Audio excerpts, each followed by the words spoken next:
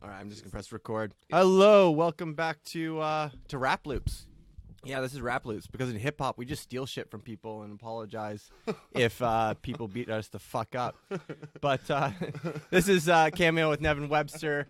Second episode where I had a rapper actually drive into town. They claim it was for me, but Lord knows he's on vacation. Was Crayflow the first one? Crayflow was the first one who claimed he came to town for me, but we both know that's... What did he do up here while he was here claiming? He went to the casino and left me in the parking lot stranded, waiting for him. and then he didn't show up on a reschedule the second time the next morning, and then he showed on up, and we did like a little thing. It was interesting, right? That was the start of our friendship, if that's what we want to call it. Crayflow's a different guy. You gotta be straight up with Crayflow. I think Let's talk a little bit closer. I love how you sort of threw that in there about how you steal people's stuff without asking, and then we're on this topic. Yeah, you don't steal Crayflow stuff without asking. No. Well, he might steal stuff from you, is more likely. But he likes me. He won't steal anything from me. Yeah, he likes me too. He did threaten me once with like a joke for like making a gif of him that made him look too human. So I got that gif deleted, which was harder than I thought was to remove this gif from the internet. When people say when you put stuff on the internet, it's forever, they kind of mean it. Because there is certain things that are difficult to wipe off the internet, which I was lucky. I still own the IP, so I could. So, you come prepared. But I'm about a quarter a day. I don't even know if I properly introduced Skinny Buff, but let me give the breakdown of Skinny Buff. When he says a quarter a day, he's talking cannabis. He is the autistic asthmatic who smokes Captain Blacks and weed all day. I'm pretty stoked that you actually drove on up here in your like Hornet Green Challenger. Like, I'm gonna tell you, I did actually come up here straight up for you. Yeah, I actually believe that. 100% true. I made a vacation around it. There was supposed to be someone else up here with me. We were gonna be doing some stuff. Now I'm doing solo buff, and I've never been up to Sun Peaks, so it's kind of cool up there. A lot of kids. Yeah, it's a very family oriented resort. They've had a slow growth in my opinion compared to like all the other resorts out there, but that's because Kamloops fucked up and didn't get the international airport that went to Kelowna in the end. Right. But the positive side of that, right, is they've really developed a different culture at the resort than all these other resorts, which, if you know adventure tourism like I do, because that's my background, whitewater kayaking, guiding, and all that sort of shit, the atmosphere is most welcome, in my opinion. Yeah. No, it's a pretty cool place. When I got up there, it's the last one I went to was Whistler. No one stops to talk to you unless you look like you have bling. Well, you look like you have bling now. Well, I do now. I didn't before. This is a new thing in my life, a very new thing in my life, and it's pretty much the only reason why I'm able to do any of the stuff I'm doing. Which when you say stuff that you're doing, I guess context is important because we've been getting to know each other for at least 6 months now. About 6 months, yeah. I think that's when you kind of popped up. I showed up in November. Yeah, and November was right around. November was right around when I was doing some heavy stuff on my podcast. I think that's when I met Crayflow. Yeah, actually, when I first came on to BCUG, a friend of mine had added me. I didn't go on forever. I went on for a minute. And that's BC Underground Hip Hop Forum on Facebook, for those who don't know. Sorry. And what's up, Rob? And shout out Rob Ripka. I went on there, and there was some testosterone-fueled threads. So I stayed up out of there for about a month. Went back in, and the first day I went on, Crayflow was calling out Easy Mac. Oh. And I was like, oh, here we go. Punch Easy in the face. Yeah. And it was the same day he was going to release Civil War. So I'm sitting there and I'm watching this. Who are these guys? And man, they're going after each other, and everyone was giving Evans a bit of a hard time for not having the video up when he said he was going to. And so I'm watching, I'm waiting, and then the video comes up. And this is literally my introduction to what's going on in hip-hop in Vancouver. You see the KOTDs. Yeah. You see Mercules. You see, he's throwing haymakers at anyone. Everyone. And so I was sort of like, wow, okay. Damn. All right. What caught me was the straight through, no hooks, and just the brazen go after everybody. And I was like, okay. So that was my introduction to what's going on around here. So immediately I was like, well, I guess I better figure out how I'm going to approach this. Being older. You were pretty straight up, if I remember. Like within the first 24 hours of you popping up on my radar, you opened up and said, hey, I'm older, I'm autistic, name's Skinny Buff, I'm here for good vibes. Yeah. Like it wasn't a slow introduction that I typically observe. Like there's nothing slow about anything I do, and I made sure that everyone understood that I've had enough bullshit. Sorry, bad vibes. Dude, you can swear and do whatever the fuck you in want, my life. That where I'm at today is because of the bullshit, and so I really don't have time for it. I've been there, done that, and I won't really go into that too much. But I've been there, done that. So you'd have less gray in your beard. I would have less gray in my beard. I'd probably have a full head of hair. Oh, yeah? So yeah, so I don't need it around me, right? Let's talk about the Bandits, because the Bandits is good vibes. So for those who don't know, at some point, Skinny Buff, when he popped up in the forum, started rounding up people who seem to be only about positive vibes. You know, the biggest one that comes to my head is Julian Biggs, right? Sexy Sax Man. Biggs, yeah. And started collecting them around this concept of Bandits of Barsoom, which, as you know, a nerd, I didn't understand the reference. Oh, that's funny. But that's actually quite a rare reference. Not very many people understand it. That's the John Carter movie, right? And so that's what I have to tell people. But it's John Carter. That one wasn't John that a Carter. flop? That was a flop. It was made by an actual. He's from one of these K towns, Kamloops or Kelowna, but Taylor Kitsch. Really? Yeah. What? Okay, and that's just fucking serendipitous as shit, which is ironically my wife's favorite movie. Really? Yeah, he's from out here. Interesting. I'm gonna have to research that and Look it up, verify. Man. He's from Kelowna or Kamloops, one of the two K towns. I can tell you that's the. We don't like being called K Town here, as far as well, I'm aware. I know, but I lived in Penticton, and it was always it used to confuse the hell out of me. But what happened was when I was 30, I guess we should go back into this a bit here so you understand. When I was 30, I was homeless, drug addict, ex-convict. What was your drug of choice? All of them. Cool. I was divorced because of my autism. Were you diagnosed at that point? I was diagnosed at 7 and not told. Really? Yeah. That's fucking heartless. I had parents that are not your typical parents. My father would Speaking realize. of which, keep talking. I gotta take my Ritalin. You reminded me. Don't Ritalin. Waste the mic, we won't even talk about the Ritalin. But my dad we realized was probably on the spectrum. So being raised by someone with autism, and then a mother who battles mental health issues, there was some stuff going on. So outside of the house, I looked for family. Family I found was a mixture of criminal activity and hip hop. So I tried to focus around the hip hop as much as I could, but when you're hanging out with dudes that are gangsters, something would always happen. You'd have to get drawn back in. So there was the music, the hip hop, and back then the gangster thing was starting to kick in hardcore.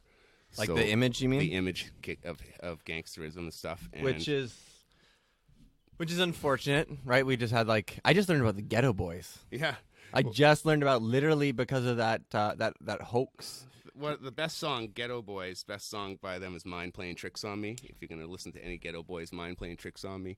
Also, Scarface's Diary of a Madman, not Diary of a Madman, The Diary is a great album as well.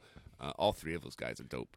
So were you spitting beats back then too? Or? I started doing things. So when I was 12 years old, I was going to Britannia Elementary, which is attached to Britannia High. So the high school students, I had a couple friends who had brothers in high school. We would go over there. We'd watch breakdancing. Beat Street had just come out. Breaking, all that stuff had come out. So I was watching breakdancing. I started off as a breakdancer and a b-boy. Then I got into... which is a part of hip-hop people don't... Huge part that's not people around. Don't realize... It's gone. It's not gone. Hip-hop transcends the music. Mm-hmm. Right? Hip-hop actually, like, so... I hate the old head, new head mentality forgets that it's hip-hop. Well, I think what it is that we've outgrown the first generation. We're now into like a third generation of hip hop. We're in like fifth wave, and this is why Vancouver has had why it's taken so long. When I was growing up in Vancouver, so this is what I was getting at. When I was growing up, a very select few were really considered like the hip hop heads at the time. It was a fad. To be able to pursue it as a career or something that would be taken seriously from anyone, especially like in my case at home. It was a dream. Totally. So basically, if you wanted to be a rap star or a hip hop artist in Vancouver at the time, you had to basically, we had four or five producers in town. They were already hooked up with crews. But you had to buy studio time back in the day. You had to buy studio time. You had to find a producer. You had to buy studio time. Most studio time would end up with an engineer who was a rock music engineer. So you'd end up with rock levels in your masters and your recording. I went in one time with samples and just asked the guy to piece it together for me. The mixing was just terrible. So I ended up doing my first jam. And I'm going to shout out right here. Mr. Ho from CITR 101.9 back in the day. And Isn't that the one Nardwar's on? Nardwar? I believe he might be, yeah. I don't listen to the radio anymore. And DJ Kilo C. What's up, Kilo? They produced my first track. Real track with a homeboy named Bing. What's up, Bing? And then my other homeboy named Solomon. Wow, this is bringing me back a bit. And my other homeboy Utoy, Ruel. And we were called the Giggleside Crew. And I was labeling and branding already by that point. By that point, I'd already had a crew called the UN Posse, not the UN Gang, but the UN Posse. We were a dance team. I was the lead dancer. My thing was about, we were called the UN because I was one of two white guys, a Japanese guy, a couple Koreans, interesting. Filipinos, a couple black guys, homeboys, right? Like we had some girls in there. We went and recruited from the Richmond Academy of Dance. What's up, Heather? Heather used to dance for Paul Abdul back in the day. Got me an audition for Rhythm Nation. Couldn't go. My dad wouldn't sign me off. So were you self-taught hip-hop dancing then? I taught myself everything. I've taught myself everything because I'm very, very much on my own type of personality. Have you taken like the 16 personalities test online? No. You should check it out. It'll take you 12 minutes. I have about 24. 24 right? personalities? I've been on stage since I was 6. Oh, It's been my escape since day one, right? Teenage parents, drugs and alcohol. My mom was married to a rockabilly star. What's a rockabilly? Rockabilly is the very first, beginnings of rock and roll. So, Elvis's first music was rockabilly, Carl Perkins, Jerry Lee Lewis. A genre. And it led into the rock and roll. So very early Elvis, you'd consider those first two Elvis albums very rockabilly. Stray Cats. Going back to kind of like real redneck hillbilly music of...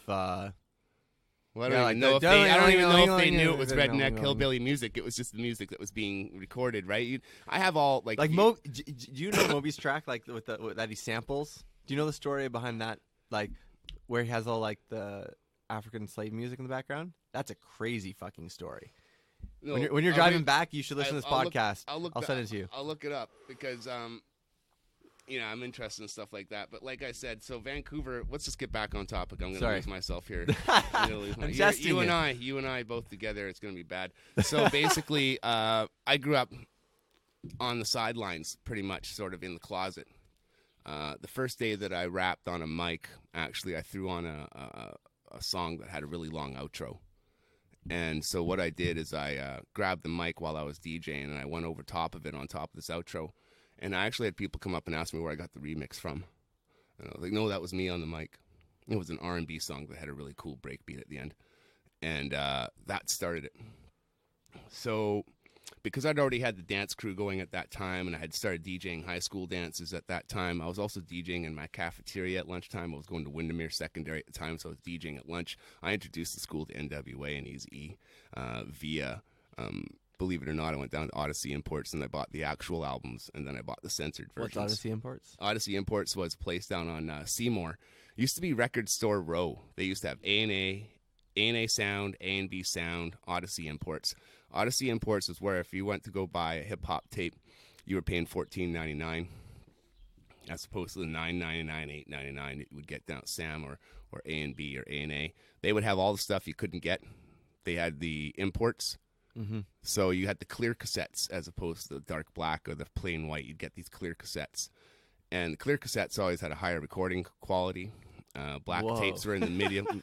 Black tapes were in the medium, and the white tapes just had fuzz. Two Short's first few albums were out on white tapes, and they had fuzz. So basically what was going on is I was hanging out with some homeboys. There was this family, a Fijian family, that had 20 kids amongst them, between 4 families. 2 sisters married, so 4 Fijian ladies married 4 Fijian Chinese men. 2 of the men were brothers, and 2 of the ladies were sisters. So there was this huge family, and they all moved to Vancouver at the same time. So I grew up with this crew, and they were basically all this one family. And then the add-ons, right? So we were automatically 40 of us. And the daughters, the sisters, were the older ones, and they started going out to this club called The Warehouse back in the day. I'm really dating myself here. Back in the day, the Warehouse nightclub was where it was the hip hop club, I guess you could say, back in the day. And I hate to make it sound like I'm gentrifying or whatever, but it was where the homeboys went, right? All the pimps, all the BC Lions, and all the servicemen that were too young to go to the bars down in the States but old enough to serve would come up to Canada. And so Vancouver's Warehouse Club is where the only place you could get the hip-hop at the time. So they would go in there. I believe Earl the Pearl was spinning back then. DJ Earl the Pearl, by the way, is one of the main reasons why we have hip-hop in Vancouver. Just going to give him a shout-out. So I was starting to get introduced to music, some serious hip-hop. These dudes were from Houston, they were from Carolina, they were from California, and they were bringing up mixtapes, and they were giving them to the buff. So I was going home, and my extended crew outside of this particular crew would get copies. I'd have the double tape cassette, and we'd copy these mixtapes and stuff. And it was very common if you could get your hands on an Earl the Pearl mixtape, you would find someone who'd be like, I gotta dub that. Most of these people who would get these tapes would already have paid for a tape, so you'd be paying $5 off of someone to record a fucking third recorded DJ Earl the Pearl set. So you'd get a lot of that. Damn kids, get off my lawn. And So basically, I was introduced to it at that point, right? I was just thrown into it. It was like I was growing up in the States on the weekends at this place. And when these guys were on extended leave, they'd be up there all summer long. And we were into the hip hop and stealing cars and stealing tape decks out of cars and doing that type of shit. And I started to branch off more into the music. I also started getting into film work, which was really starting to blow up in Vancouver at the time. I was a regular on Jump Street, MacGyver, Neon Rider. Jump Street, like the TV show? Yeah. Cool. Yeah, so the movie is nothing like the TV show. Oh. But no, nothing like it. The TV show was a really cool concept, I worked next to Johnny Depp before he was Johnny Depp, right? When it was his first started. I worked with Brad Pitt on an episode of 21 Jump Street. That's cool. A lot of dudes from back in the day that are big stars now were on that show. So we were exposed to a lot of stuff. I started dancing. I got dance auditions for TV shows. I danced on Nightmare Cafe. I had my own trailer. Met Robert Englund through dancing. Those names go straight over my head. Robert Englund is Freddy Krueger. Okay. Wes Craven directed this show called Nightmare Cafe, which was basically a cross between Twilight Zone and MTV. And they would have like all the up and coming people on that, and it was about a cafe that the people that worked in it. Anyhow, it was some sort of hierarchical talent show of sorts. Yeah. For celebrities back in it, but now we have Instagram. But anyhow, it was a TV show that was filmed in Vancouver, and it was basically that TV show pushed me up a level inside the Vancouver local celebrity scene, I guess you could say. I started to go out, and I was able to hobnob with directors off of TV shows I'd worked with. I'd bump into set people. I'd start doing this and that. So I started to get up a level on that end. Started to branch outside a little bit more, just not focused on hip-hop, but entertainment in general. Then I went to prison. Oh. And that kind of led me along about a 10-year crime spree. Reform buff is coming up. Well, basically, what happened is when you have a friend die and then another friend die and you kind of blame yourself for it, you're sort of like, okay, well, it's time. No more friends are going to die on my watch. So I went a little hardcore, which ended up in a long story short. Lots of drugs, lots of nightclubs. I did security in nightclubs for years. I got married, got divorced, beat cancer, lost my best friend, and all before I was 30. Drug addict, homeless, and one day I'm sitting there going, literally homeless. I'd been homeless for about a year, and by this point I was no more couches. I was like sleeping on the streets. I was breaking into people's houses just so I could sleep on their couches. All really bad. I was at 230 when I was in the 90s, about 230 pounds. I was down to 140. I answered an ad for a job on Bowen Island.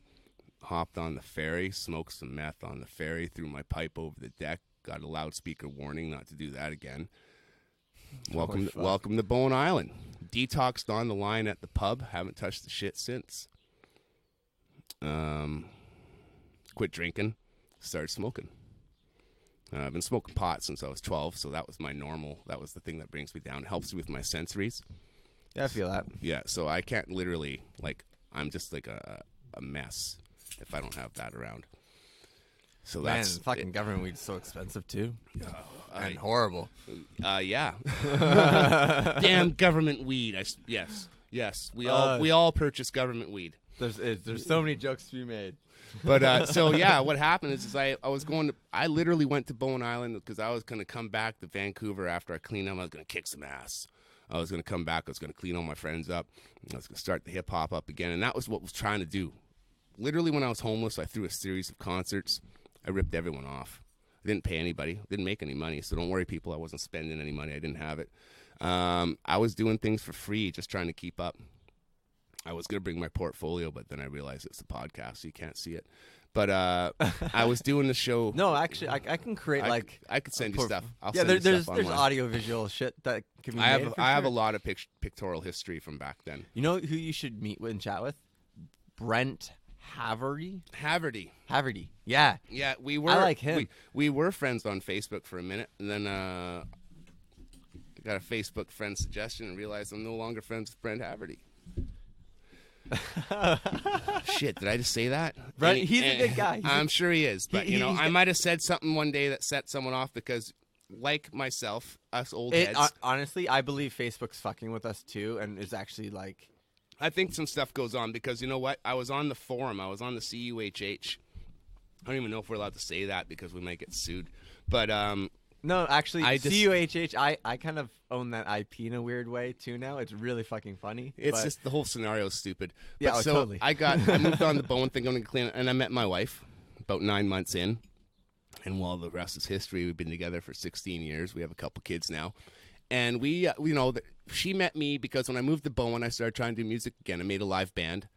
We're talking instruments now? Sorry? Like guitars? Yeah, rock and roll? I used a live band in the 90s in Vancouver, so I don't really have anything recorded because I just couldn't get into studios. I couldn't find producers, and I have more of a musical mind. So I would direct the band. I'd sort of do the James Brown thing where I'd just get up on the stage and be like, let's do this. Oh, so you were doing hip-hop over a live band? I had a 13-piece band called the East Van Players Coalition during the 90s. That's very Old Town Road of you. Yeah, I had three MCs. We had the Boy Scouts. Shout-outs to P. Love and Marlon English. They were our DJs. I also had DJ Tropic and DJ Headspin come up and do a couple sets with us. Whenever we did a show, the DJs would end up playing for the night as well, so that's how they would get paid. Mm-hmm. The band would need $100 a player, so band would get paid. So basically, the MCs and I were just up there trying to get exposed. I had one of the MCs is no longer with us, and the other MC lost contact with him years ago. I believe he actually even just said screw it, tried it for years, even as a host at nightclubs and stuff. So, and then the band, they all went on. I actually live on Bowen Island with one of the members there from the band from back in the day, John Stiver. Best guitar player I've ever worked with. And it's sort of like I moved to Bowen. I tried that again. Everyone moved on to do things. Jesse Pinner was our drummer. He moved on to play for like the Real Mackenzies at one point. The guitar player went off, did some weird stuff. The bass player, Mark, still played with a band called Raised by Apes along with Jesse. That's a punk band. And so I didn't really have a band. I tried to buy equipment and teach myself. A friend of mine ripped me off, took it, which is an ongoing thing in the Buff's life, just so you all know, that I'm not breaking necks and cracking heads anymore. So I get taken advantage of a little bit with that type of shit. I'm going to tell you right now, though, I'm probably going to pay someone to get you back. I'm going to say that. So, you all light off the hook, just so you know. I have a memory like an elephant. So, I hope I haven't ripped you off yet. I'm going to tell that, and I say it public. I'm not too concerned about that, right? Because I'm literally, I'm into, let's get flash forward real quick here. I'm involved with this young lady who I have children with now, and we find out I'm autistic. Mm-hmm. Kind of always knew it. My son's autistic, nonverbal. Yeah, he's very on the spectrum. Very on the spectrum, and is going to require probably lifelong care. So, yeah. So there's a bit of emotion about that because, for one, he wouldn't have been autistic if he wasn't my son. And two, I'm not going to be here forever. So it worries me. I feel very responsible. So totally, I get it. I do some of the stuff that I do. I've managed to throw in a bunch of shit into one thing, and that's the Bandits. I tried starting a music company called MIM, Mentally Ill Music, play on words. And I had some Winnipeg MCs. Might as well shout them out. You know, Rup Monster out there, Jason. What's up, brother? We've had our differences. We don't talk anymore, but whatever, right? So, and there was some interaction with Feta and some interaction with Diaz, Cypher Diaz. It's one of the dopest MCs out of Winnipeg. And that's how I met Bell Rhyme. I also met another MC named Rush, who's no longer with the Bandits. And started to create this thing. When I was on Twitter, I was under Madman Murray. And I made friends with a lot of hip-hop legends. A lot of these guys had 0 followings. Yeah. Zero followings. Twitter I went on there and I was amazed at some jackass MCs that are going to be around for 2 minutes had 500,000 followers, and I'm going to say this straight up because it's a disgrace. Cool Mo D had under 1,000. There's a lot. That's Cool Mo D. I don't know who that is. Cool Mo. See, now that's the problem here. But there's right? a lot of undervalued attention. What I don't get is, you know, it's this hip hop thing, man. I'm gonna say it straight up. We're a little selfish and stupid. When you listen to rock music, if a rock musician from today was to come up and I was to drop any names of bands from the 50s, 60s, 70s, 80s, and 90s, they would know who I was fucking talking about. But that's because there's no history. I'm going to tell you now, right now, there is a shit ton of history out there. There's no recorded history. There's lots of recorded history. No, there's not. There's coming out. You can go on Netflix and you can watch. Shad has that hip-hop evolution out there. You can watch documentaries. But when you talk about recorded history, period, this is that visual age that you all depend on. Recorded history means sit down and listen to a fucking record. Don't put on a video, and if they don't got a video, you're not listening to it. Put on a fucking record. And This is back in the day when they could put on an artist by himself and not need 20,000 features. I'm gonna call all you new motherfuckers out right now. Try doing an album without features, you little shitheads. I can't deal with all Listen to me. right now. Listen to me. Try doing an album without features. Try doing an album with one producer without features and depend on that. Franks, man. And sell millions of records. Tell me, I'm telling you, this is how it started. This is why hip-hop is where it is today, and this is why they need to respect it. Because if these homeboys that they don't even know about, that they can't even fucking comment on, that don't know who KRS-One is and shit like that, that's pathetic, and it's ridiculous because these dudes were out there selling millions of albums by themselves, holding that shit together, putting down what we now call the mainstream. Well, I agree with you in a lot of respects. right? But you I think you're missing one perspective of it all, in the sense that, Kira, please don't. My dog's trying to. I think you need to remember that hip hop, at one point, was very gate kept by record labels, and yes, there was a lot of uphill battles, and there still is, right? But the internet allows for a level playing field, allows for the opportunity for us to research and learn. Like, without Netflix, without the internet, I would not be able to research KRS-One. Yeah. Right. So we're in. So it's the same story. Like, it's the same thing. It's just, if they don't come up on our radar, right, and they don't capture our attention, that's not a detriment to the talent they have and they possess, or they used to have a career on. I put that on the labels. I put that on the people that are in charge of who we hear. But then I think the internet can take that problem away for us. But what I'm saying here is, though, and this is a problem in hip hop in general, is that no one does, unless it's what's in front of them, unless it's what's popular, unless it's what their friend tells them to listen to, they don't know what to do on their own. That's the same as when you used to get mixtapes handed to you, right? Right? If you didn't have a friend that you met, go, hey, Buff, I got this mix. Hey, man, I'm going to let you overdub my dub. Here's $5. Put it in my trunk. I just don't know why we don't recognize it, though. Like every other generation, I'm hard pressed to find kids. Well, here's the thing. So, do you know what hip hop is? A lot of those. I do know what hip hop is. Hip hop is something that started off the streets. There used to be four different elements. Hip hop used to be about coming off the streets, coming out of negative attitudes for the beginnings, right? For me, I'll tell you what it is for me. I can't tell you what it is for other people. I'll tell you what it is for me. I grew up in a household where I was listening to music that everyone else wanted me to listen to. Everywhere I went, the radio told me what to listen to. TV told you what to listen to. My parents told me what to listen to. And then one day I discovered this music. I found it on the Miami Vice soundtrack. I heard Vice by Grandmaster Flash and Melly Mel, and I was like, what the fuck is this? So then I started to look around a little bit. And then you got to realize that Blondie did a fucking hip hop track, and then you get Shaka Khan had a hip hop singer on, had a hip hop artist on her track. You know, and you're starting to realize, okay, what's going on here, right? I like this stuff. This stuff is fresh. What's the common denominator, though? They all had. For me, the common denominator for me was one thing is that this isn't going to be working for everyone else, right? But for me, it's the beat, and it's the fact that these people speak as quickly as I can hear in my head. I get that. And the beat is very rhythmic. It's controlled. To me, it's almost, it foreshadows itself. I can tell what's coming up. I was right into it right away. So what I hear you say, like, to put it in my own words, right? You found scarcity. Like, hip-hop is scarcity, right? It is scarce to be able to get off the drugs and live a productive life. Yeah. That is, the probability of that happening is so low. That's scarcity. To hip-hop, to escape, the hood, the poverty, that whole world, right? That is sung quite often in the trap music that you're. Well, this is the thing you're battling, saying, right? But it's still about, being the select few who make it. Well, here's the thing. So, like I said before, money is a new thing in my life. Yeah. Very new. So you see me the way I am now is because, it is a typical classic case. Those who've never had anything, Yep, go all out when they get something. I'm going all out in many different ways here.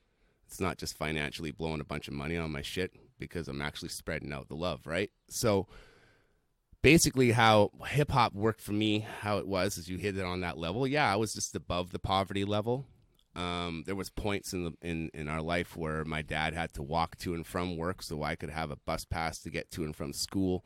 My dad wasn't home. We were a single family. This is him and I. So I learned how to do laundry, how to cook, how to clean, all that shit before I was in like grade 6. I had to.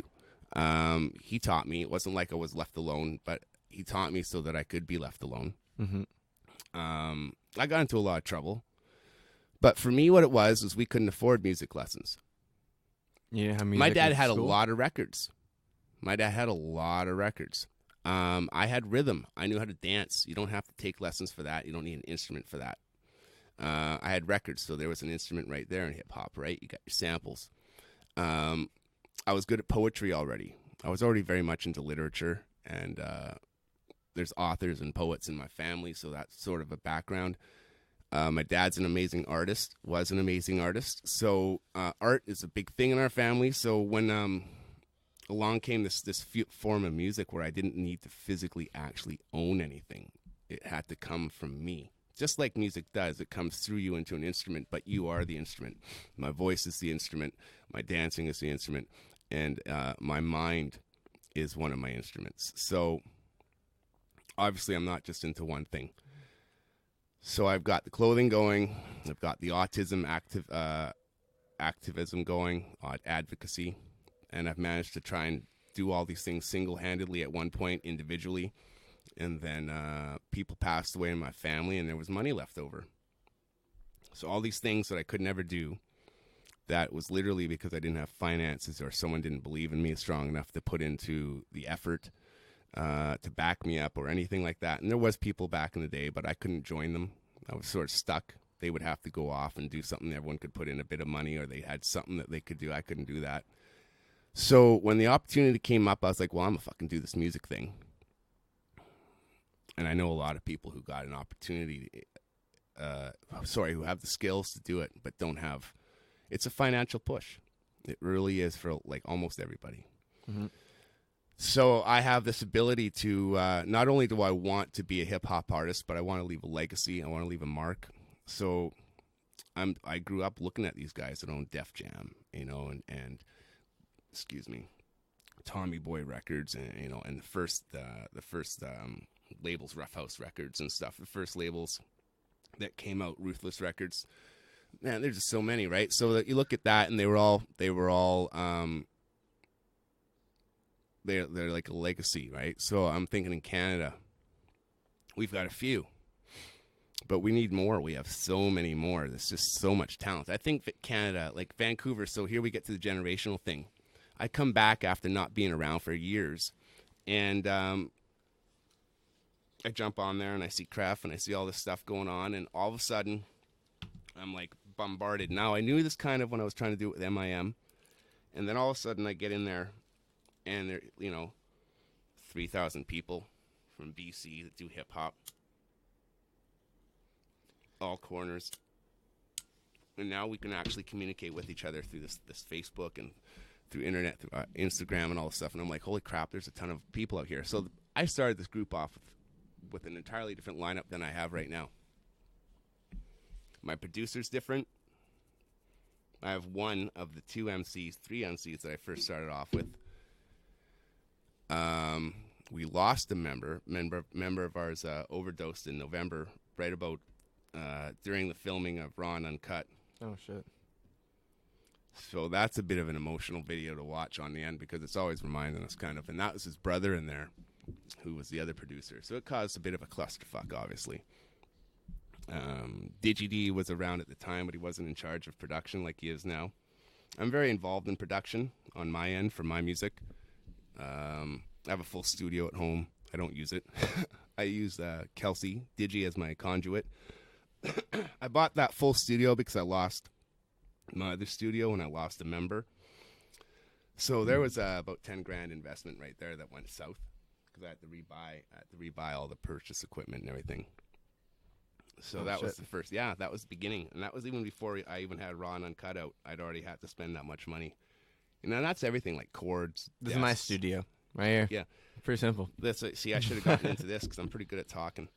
But I had to go out and buy the desks. I had to buy the cords. I had to buy everything. And then I discovered that Kelsey has everything. Kelsey's been to school. He's been to DigiD. Sorry, he's been to Nimbus. Right? He's done all these things. I'm like, what the hell? I've had this in my pocket the whole time. I didn't really know. And he's on Bowen Island with you? No, he lives in West Van. And on Bowen Island, it's just me and Jay Patrick. And sorry, my anxiety kicks in a little bit with these stories. So it's all good. This one has been a bit of a fucking,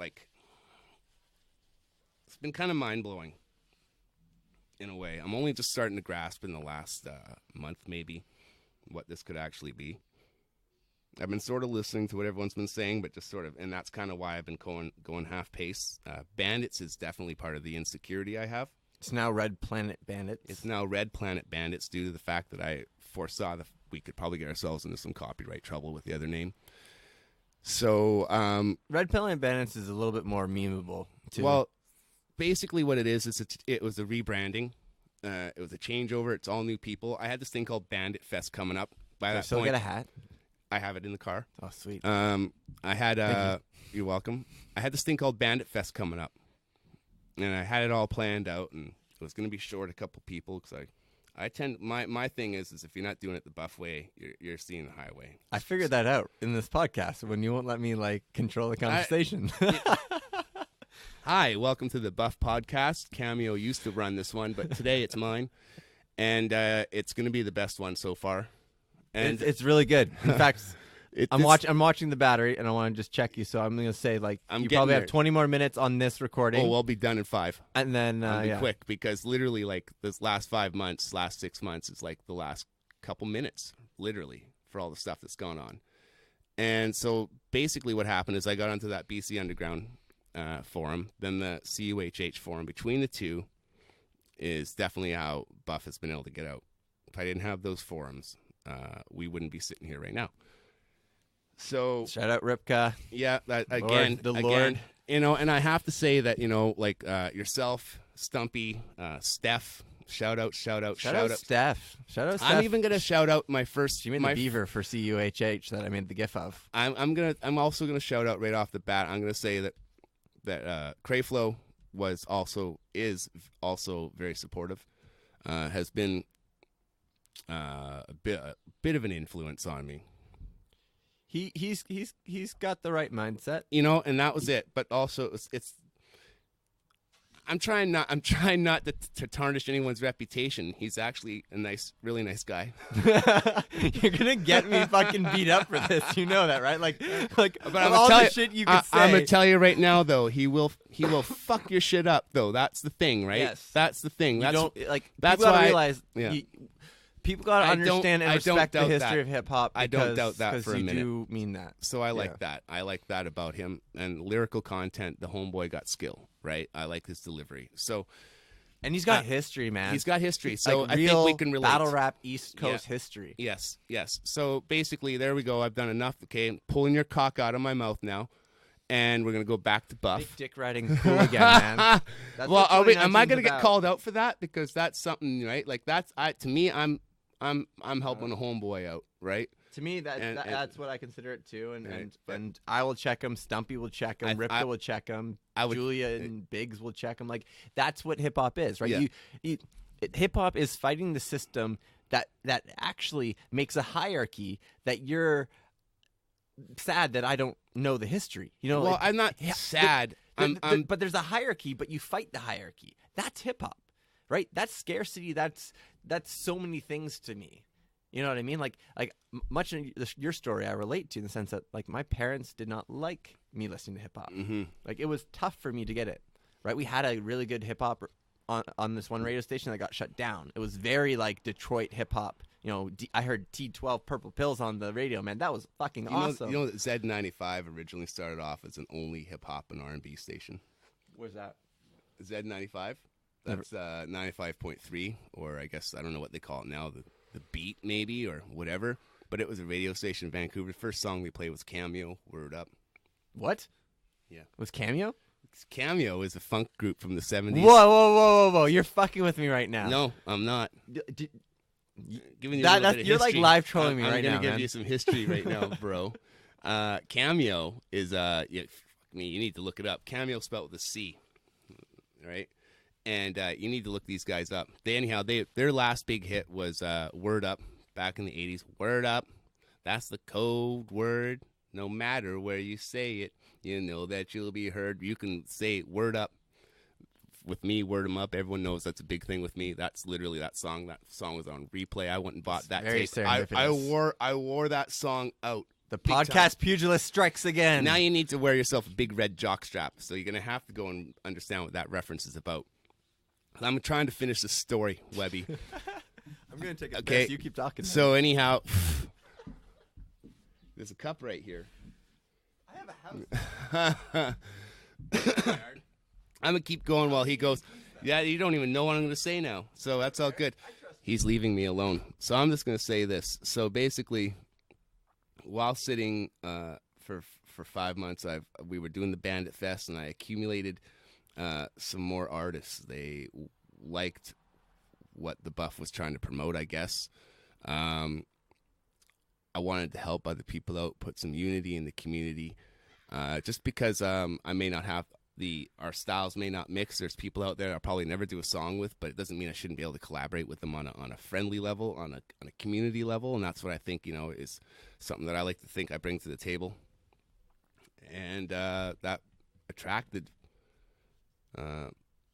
several MCs. So now aside from Bale Rhyme and Jay Patrick, we have Attic 365, we have Casualty, we have Octave 6, we have Cavawan, we have Devoted, we have King Hellion, we have the homeboy, I'm just going to call him Pistolier because we haven't decided on a name for him yet.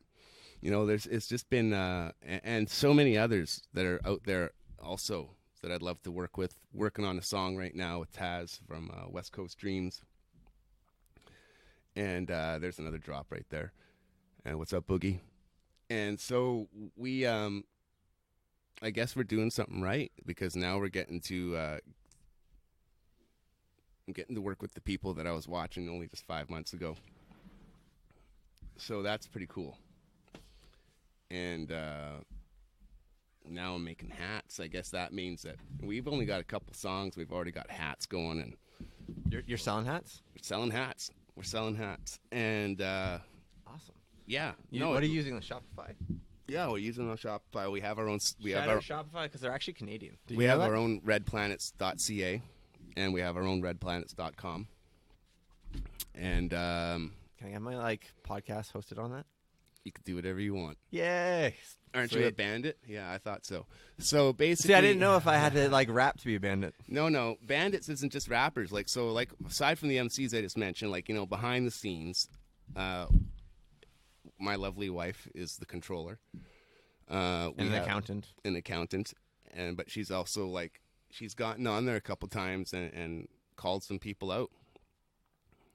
And it's not just my money; it's my family's money, right? So. Set aside money to make sure that my son's never going to have to be broke. My daughter's never going to have to be broke. To do this music, I put aside some money. Done a couple of charitable things, I guess. It's easier for me to think of it that way. Yeah, no, I get that. And I've done a couple other things. Where I'm trying to help with autism, so I've spent some money on autism, and I'm spending some money on some clothing, and it's all to go back in so that I don't have to spend money anymore. So it just keeps going back in. This is not, I don't need. Which is actually a very forward-thinking idea, right? The idea of AI, automation, taxing the robots, blah, blah, blah, blah, blah. Soon we'll have it'll be a cashless society. There'll be implants. Well, the government will control our bank accounts, blah, blah, blah. I think what the draw for Buff is, I think with everybody is this. I am not doing this for anything else but the fact that I want to leave the mark. Yep.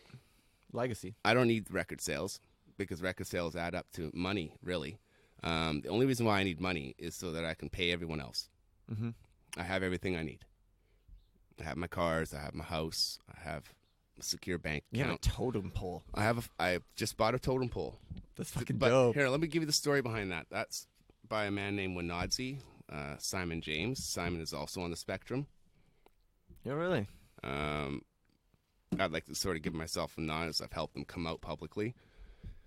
He's a very well-known carver. Is he indigenous? Yes. He's from the coast here. I've never met an autistic indigenous person. Really? I'm sure you probably actually have. You've probably met dozens. So it's a genetic thing. Yeah. Something I've never thought of, I guess.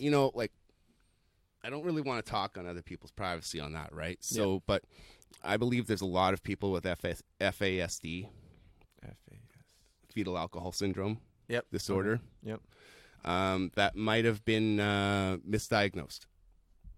I believe there's a lot of people out there with borderline personality disorder that have been misdiagnosed. I was diagnosed as an adult with social anxiety disorder, but they really couldn't put a pin on it because there's a lot of things I shouldn't be able to do with that disorder. So they medicated me, which nearly killed me. But for me, what it is that I'm just trying to do it for. So Simon basically he's highly skilled, but unemployable. Yeah, I feel you. Okay, sort of like myself. I stopped working for other people before I was 40. Yeah, that's Right? just called I being an just stopped entrepreneur. working. I stayed home up until this. I was a stay-home dad. I raised my kids. So for 4 years, I stayed home with my kids before I started doing this. And, I'm not a gangster. I'll fuck you up though. Yeah, I'm a stay-home dad who's decided to become a rapper again, and I'm helping other people do it. So I've got a 19-year-old MC, and then there's all the way up to me, 46, and in between that, I've got all ages. And like I said, I'm not doing it for the fame or the fortune. I don't need it. You need a trap song. I'll let someone else do that for me.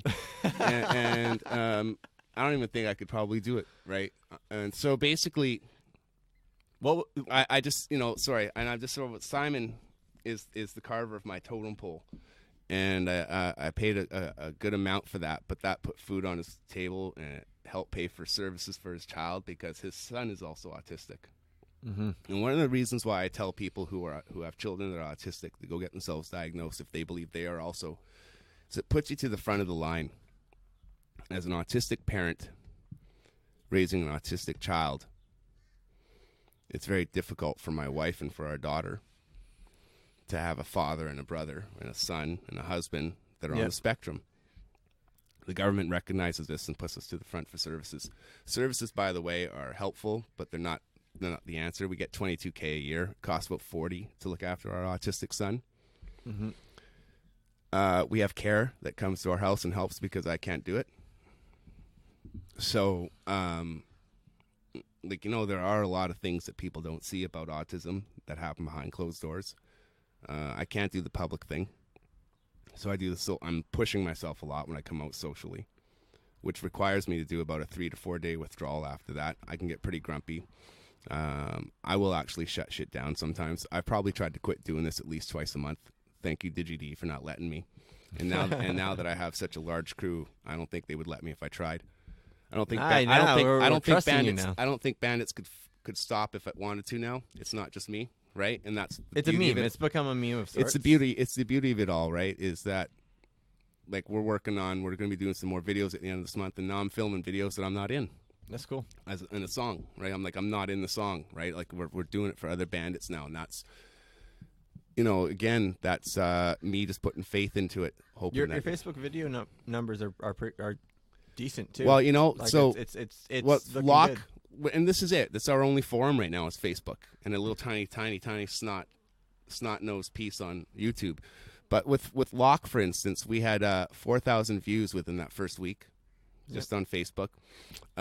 Get Deaf, I released it on 3 different platforms. If you add them all up, we're sitting at around 3,000 views already. What 3 platforms are that? YouTube, Facebook. What's the third? No, I put it up 3 different places on Facebook, so the view counts are different, right? So there's one on Skinny Buff, one on the Red Planets, and then one on my personal page.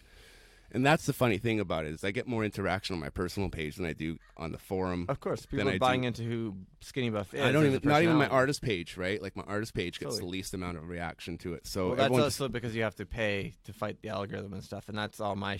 Everyone just comes to my page. It's the same thing, right? Yeah, exactly. It's just me. So. Right. But it's pretty cool. It's pretty cool. Like think of handing out 5,000 cassettes. It's been going really well. That's just not possible. Well. I'm pretty happy about it, man. It's been, So I'm literally shaking right now because of the anxiety that it creates just thinking about it. So. No, I know that feeling, man. Yeah. That's anxiety, or is that adrenaline, man? I don't know which one it is. I have a hard time defining it, right? That's where I think you gotta lean it in, man. It keeps me back a bit because sometimes it's weed too. I'll be good on no. For me, it's if I don't have it, I'm good. If I'm on the stage, you all know I'm supposed to be there. You've come to see me. Yeah, I can see that. So it's a more comfortable feeling. You put me in the nightclub, There's no control over how anyone's going to respond towards me. Yeah, no escape route. Right. So Right. when I worked in nightclubs, I had a badge. Yes. I was the bravest motherfucker in there. You had authority. I had authority. You had control. Why do you I'm think always in charge. Why do you think I picked the location we're at right now? Yeah. Right? Like for Wouldn't a have couple been like reasons. this if we were anywhere else. If we were at a Wouldn't have been like cafe. this. No, totally, right? Yep. So I set the stage for myself. I have only done at-home interviews with very select few. The last person I did was Hans, Hanz, local Kamloops rapper. He put out this really dope video that BC Underground page just shared. You should check it out. Okay. But yeah, and you should listen to that one because I'm literally trying to watch my baby while interviewing him. It's really funny. But parenthood and hip hop yeah, at the man. same time. I'm telling you, that's. I'm just gonna say this right now. Like anyone out there who's a parent who's doing this thing and grinding super hard deserves to be understood and respected, because this shit is extra hard with kids. I'm not saying it's not hard for the rest of y'all. I'm just gonna take a picture of Nevin and I here. I don't ever actually take pictures of myself doing. Neither does podcasts. Stumpy, but I have pictures of Stumpy on my phone. I'm gonna hold him ransom. No, you can really see that's the funny thing too, right? Is like, for me, I've done 100 of these podcasts, whatever, in person. Some I've let disappear, and some I keep and I'm proud of. No one goes as hard as you to promote yourself, right? But a simple photo shared to a Facebook page would mean the world to someone who's worked as hard as I am. You know what I mean? Let's talk about that for a second, Nevin, because I think this gives me an opportunity to bring something up about autism. So we have a lower life expectancy. Really? Yes, much lower. We're talking 60s? No, I've already passed it. Oh, really? Yeah. That's interesting. For someone like myself who has the invisible one. Is that like your brain just shuts down? Or is it like... So what occurs to someone with autism, you'll start to really see it develop really hard, actually, in the late 30s, early 40s. Their body goes through a change, which is called midlife. People call it a midlife crisis, or our body starts into the next phase of our lives where the brain and the body start to communicate and get prepared to now slow down, prepare for that next 40, 50 years of your life. You are spent growing, accumulating, being strong, and then all of a sudden it stops. Mm-hmm. And your body starts to shift. Now, the brain conversation and the body conversation completely changes. So I already have issues with digestion. I've had them all my life. That's a very common thing. But I also have, I'm also diagnosed with PTSD. And I'm diagnosed with conduct behavior issues. So I'm highly stressed out. And depression is a big one that I fight. You sound like a standard Kyle these days. Standard Stan. Here's the thing, though, right? 1 in 69 was the number of how many people are autistic out there. It's now come down to about 1 in 57 in Canada. I believe it. It's 1 in 43 in the prairies. 1 in 57 people wear... they fit on the spectrum. They wear jean jorts and drink Monsters. We're the odd ones, yes. But at the same time, though, like, I'm very proud to be who I am. I feel you. I'm not like the rest. I don't feel like I'm part of a flock or I'm sheep. You're the Bandit King. I don't do as others do. So basically, with this whole life expectancy thing and seeing my father pass very young, and also starting so late, I feel like I'm borrowing. Like, I've got to do it now. Like, it's got to happen now. I'm 46. Energy-wise, like, how long do I have? My body's already starting to shut down on me a bit. So the side effects of being autistic as an older person are already quite apparent. And because I understand what I'm dealing with and I'm able to approach it, I'm hoping to beat these odds. So when you look at it like that, you tend to hit it a little harder and take it a little bit more seriously, because you want to make sure that your impact that you do, you have to do it quickly. I don't have 25 years to develop a career like Jay Patrick does right now. He can decide in 3 or 4 years if it's actually going to work for him or not. I can't decide that. And if this works for me, this works for all of them. And so basically, I've forced myself into a scenario where I have to make it work. I came at it late. I got to do it. I've put a lot of people that depend on it. I got to do it. And now I've put stuff out there and I'm having a fucking great time. So I got to keep doing it, right? I'm loving it. Awesome. I just never give up. And you're never too old. And if I can do it, so can a lot of others. And so basically with the whole autism thing is I let people know who I am right off the bat and what I am right off the bat so that you have an idea. I'm not easy to get along with, but I'm one person. I enter a room full of 20 people. I got to deal with 20 neurotypicals.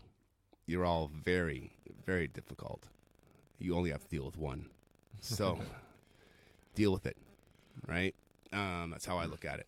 Cool. Yeah, and just so that everyone knows that there is a strong autism connection in the Bandits. There's more than just myself that's a father to an autistic child. And so that's also a very strong connection. And it's been very helpful because I know the boys have been very understanding. And I want to give that a shout out to all you guys who've been very understanding. Not easy to work with or get along, so I do make it difficult to be a bandit. So, yeah, it's very helpful because they see exclusivity is valuable.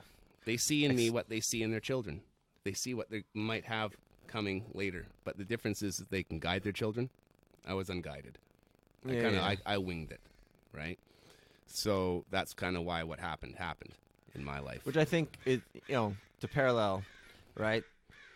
I'm an adult who's now medicated. I got through my childhood without it. Mm-hmm. Whatever it is, who knows? Because I had structure, right? I had a good education system that put me in a special class. I was privileged to have a mother and father who lived at home the whole time. Were you diagnosed as a child? I was never diagnosed with anything. Okay. Yeah. So I didn't even take aspirin as a child. Were you like this as a child, or has this developed over time through your environment?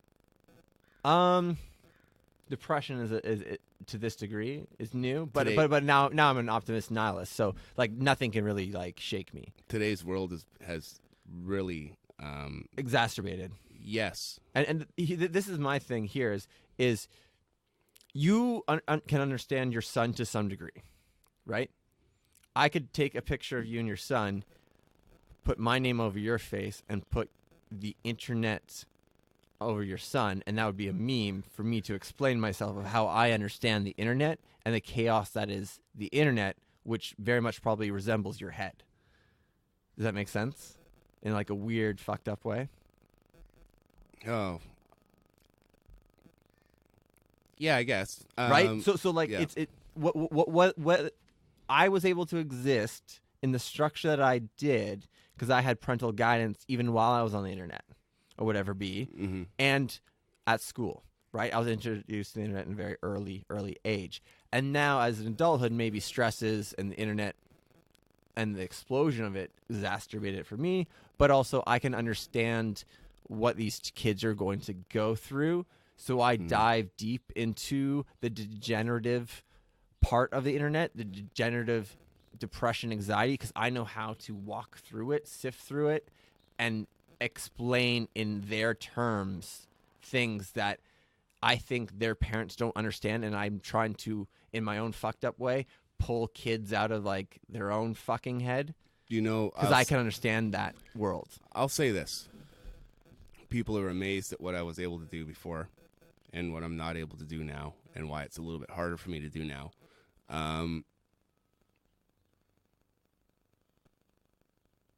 I could literally go in my room and shut it out when it got to be too much. I could leave. You had to call me and leave it on my answering machine. If I didn't want to talk to you, I didn't answer it. People were willing to wait for an answer. We still didn't have email. Yeah. So you had to wait. People had patience. You had to wait. But there was obviously some impatient people out there that created it to be ways to be faster. Faster communication requires a faster response. faster response requires quicker thinking. Quicker thinking accumulates over periods of time when suddenly you have 20 people that want to talk to you all at once. And if you've been raised and grown up in a way like I have, like anyone else my age, that can be overwhelming for any person. So you throw that into a brain that's already having a hard time. Like, I didn't need noise canceling headphones as a kid. I need them now. I didn't need to smoke nearly as much pot back then as I do now to cut so much of it out. Like, I literally, to get up every day and to get ready for Facebook, if I haven't smoked a joint before I pick up my phone, I am literally sweating buckets just by going on Facebook and seeing that I have 50 notifications. Why don't you cut Facebook out then? Because Facebook is literally what has broken me out, right? What if...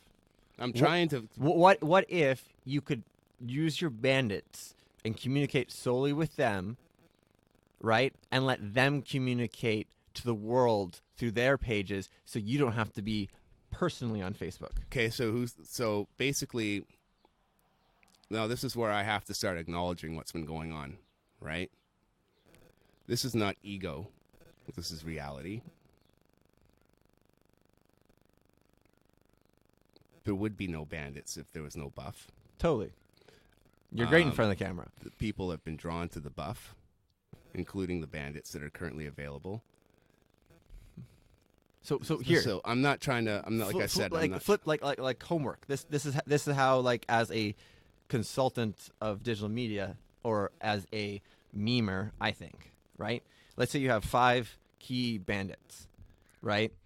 And every day you make them a 10-minute motivational piece recorded offline, uploaded, and emailed to them.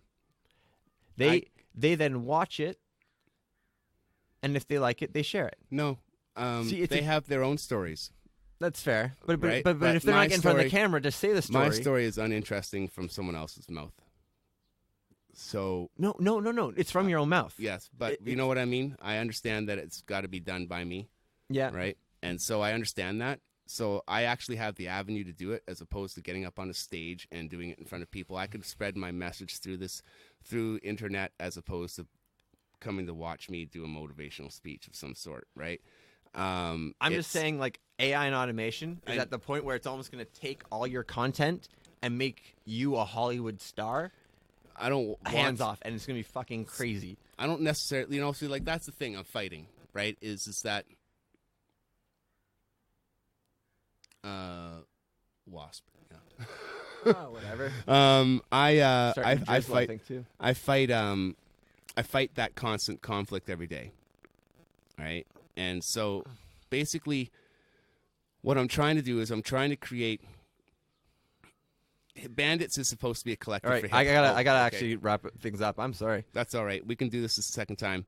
Thank you for having me out. There's so much to say, right? I just want to make sure that everyone understands. But I went off as an old head earlier, and don't get me wrong. I listen to lots of new stuff, and I love the progression. But like I said, it's been generations, and there needs to be a connection between the two. It needs to happen, even on my end, because as much as I say they need to know who I listened to growing up, I will backpedal back here a bit and eat my words and say I still don't know who half these new kids are. So I shouldn't. I should probably listen to them first. All right, and thanks for tuning in to Cameo with Nevin Webster. If you have enjoyed the community, I'm most active on Instagram and Twitter these days, but mostly Instagram. Use #community. I'd appreciate it. I don't care where you are. You can join the community. Check out Skinny Buff and the Red Blanet Bandits. And thank you, Buff, for driving out to Kamloops. I appreciate it. No worries. I'm going to pee in your bathroom now. Cool. Yeah, I already did. So cheers.